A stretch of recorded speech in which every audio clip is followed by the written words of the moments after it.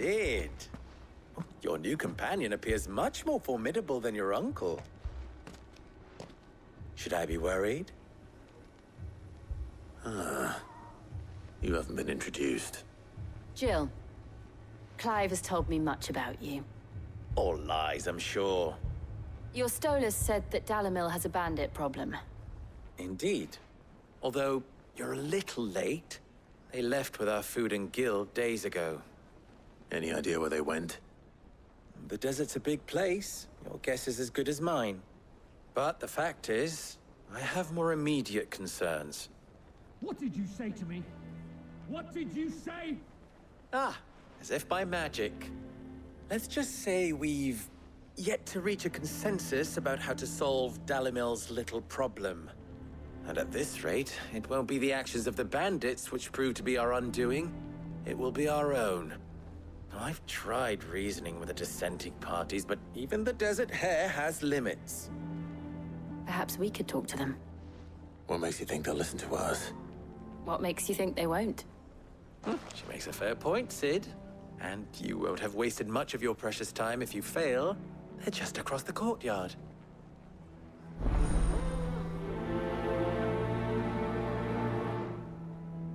Suppose we just follow the shouting.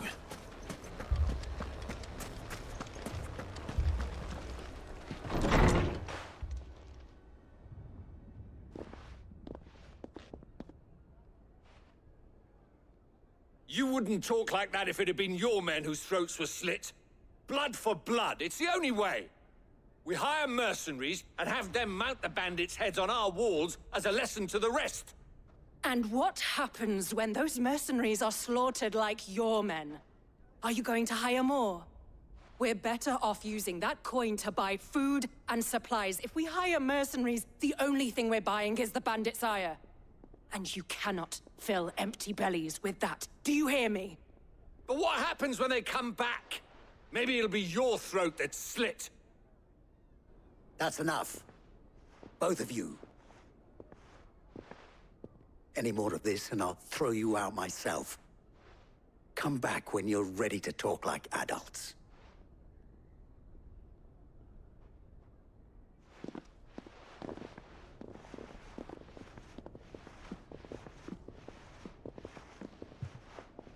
Victor. What's he doing here?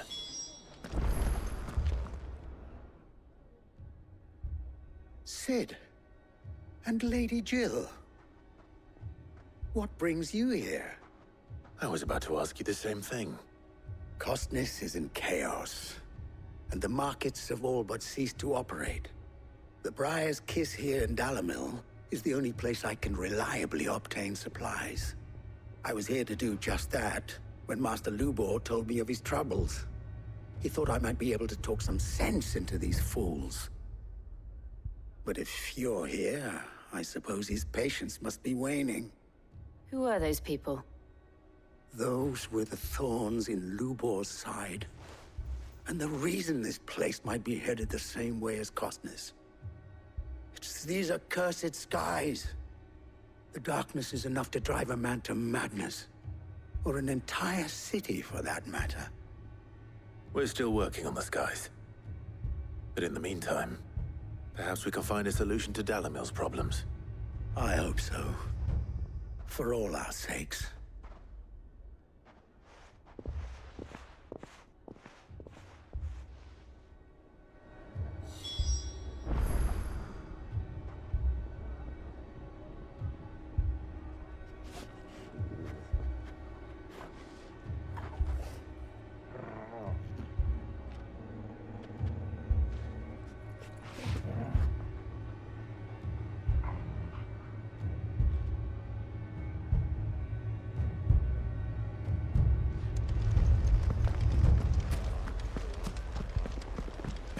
Fucking thieving bastards!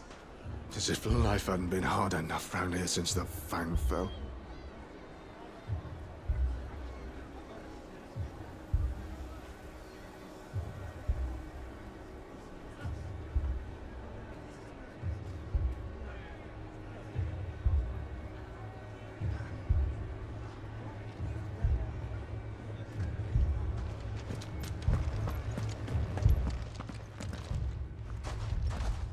So, you see my predicament? What I saw was a room full of people who were angry and afraid. And with good reason by the sound of it. But if left to smolder, that anger and fear could set the entire town alight. My thoughts exactly. What to do? Both sides wish to protect their homes and livelihoods, if only they could agree on how. But as long as they are divided, we are vulnerable. And if there's one thing bandits like, it's an easy target. What would Sid the Outlaw suggest? Well, if it were my namesake, he'd let them choose for themselves, and be on hand to pick up the pieces when it all went wrong. That sounds like a recipe for disaster. A recipe for disaster is precisely what it is. But perhaps that realization would be enough to make them question the ingredients. While it's plain neither Conrad nor Natalie will countenance the other's proposal, it may still be possible to make them doubt their own. Before presenting them with a third option. And that would be? To pool our resources and save the city ourselves.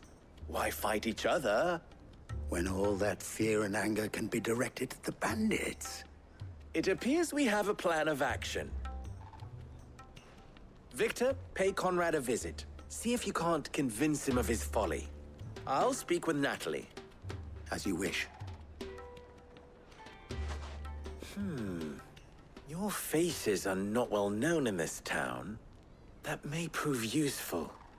Don't worry, Victor and I will do most of the talking. You need only play along. Play along. What he means to say is yes.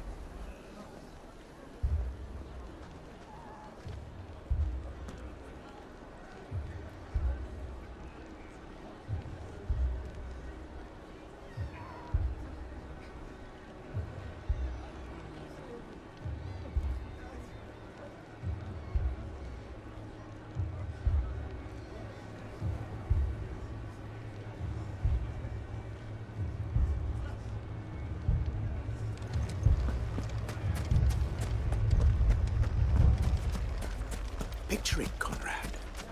Your own city guard.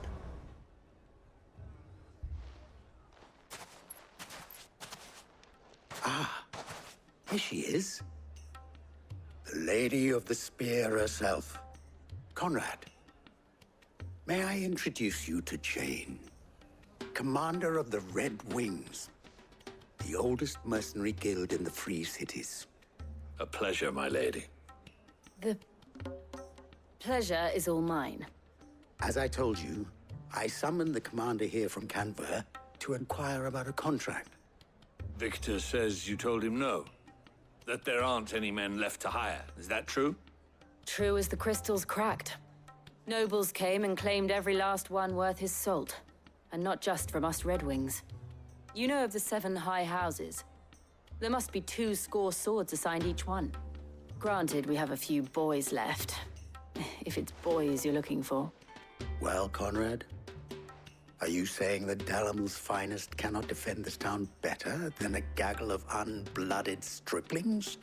That a band of beardless youths could better avenge the deaths of your brave men than you yourselves? Absolutely not. We'll show those bastards who they're dealing with.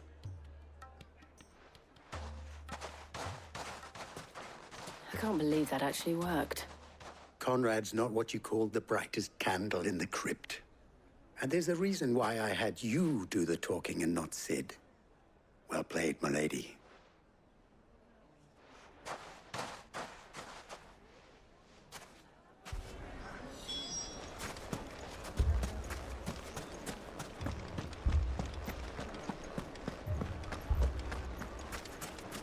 My shop.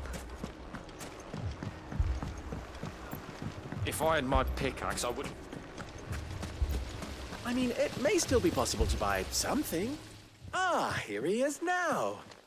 Natalie, allow me to introduce Lord Underhill of Randalar's prestigious League of Merchants. Lord Underhill. At your service.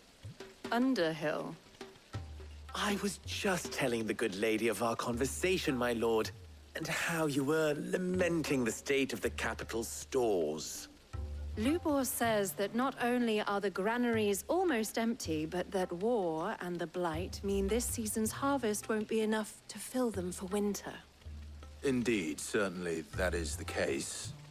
The nobles in the capital are buying up the city's stocks of barley and wine, driving the prices higher than most commoners can afford. It is only a matter of time before the peasants revolt. It is worse than I thought. If what Lord Underhill says is true, I fear we have little hope of supplementing our stores, meager though they regrettably are.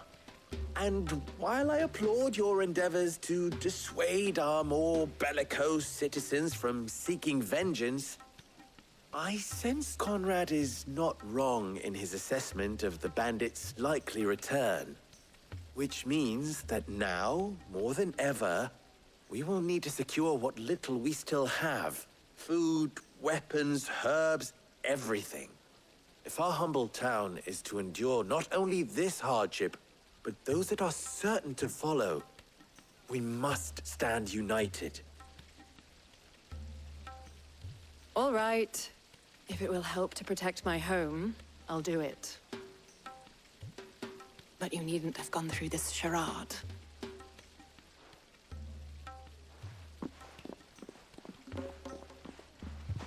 Thank you, Clive.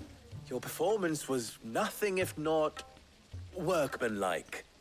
She saw right through it. I didn't say it was good, merely that it produced the desired effect. Now, my scouts should be returning shortly. Meet me back at the Briar's Kiss, and we shall see what we face.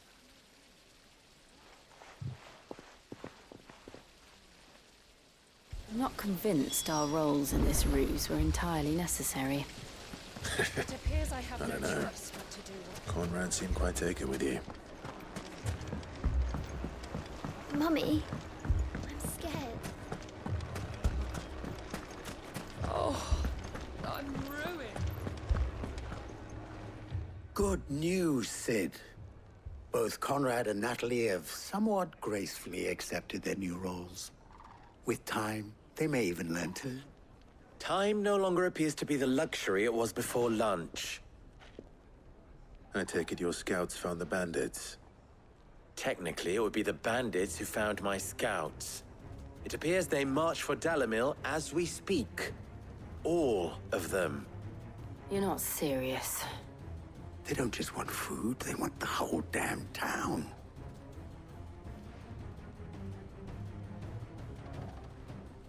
I have a favor to ask. I'm told the bandits march in two groups, one from the south and one from the desert, in a move doubtless intended to stretch our already gossamer-thin defenses. Very well. Jill and I will meet those from the desert. But what of the rest? The rest, my friend, the city shall fight. Together. The stakes, I concede, are high. But if this does not unite Dalimil, nothing will. That is a lot of faith to put into those who had their hands around each other's throats but a moment ago.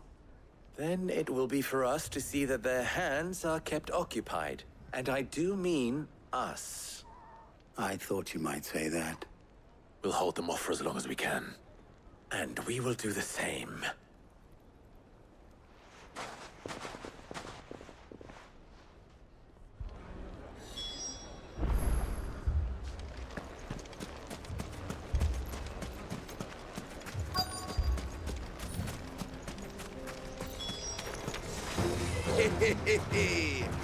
The women folk have come to welcome us. I'll take that one. It's all yours.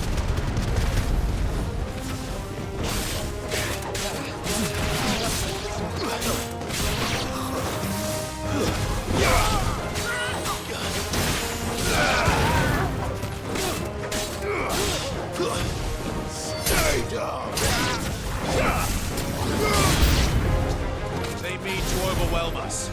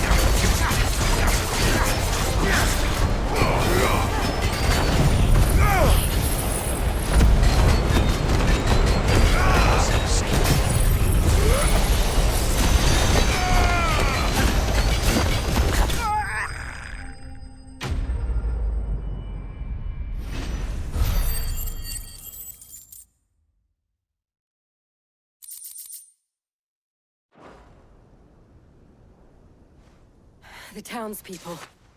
Could they have held out? I don't hear any fighting. What do you think? That we should hurry.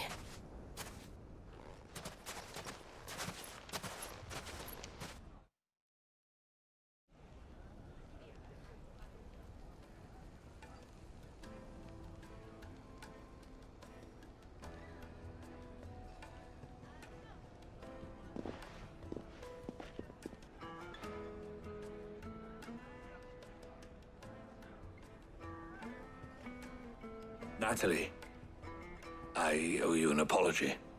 You did well out there. The inn would have been lost had you not held the line. Without you, there would have been no line to hold. You saved us, Conrad. You saved Dalimil. We all saved Dalimil.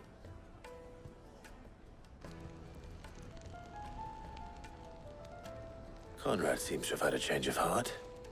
I'd say they both have.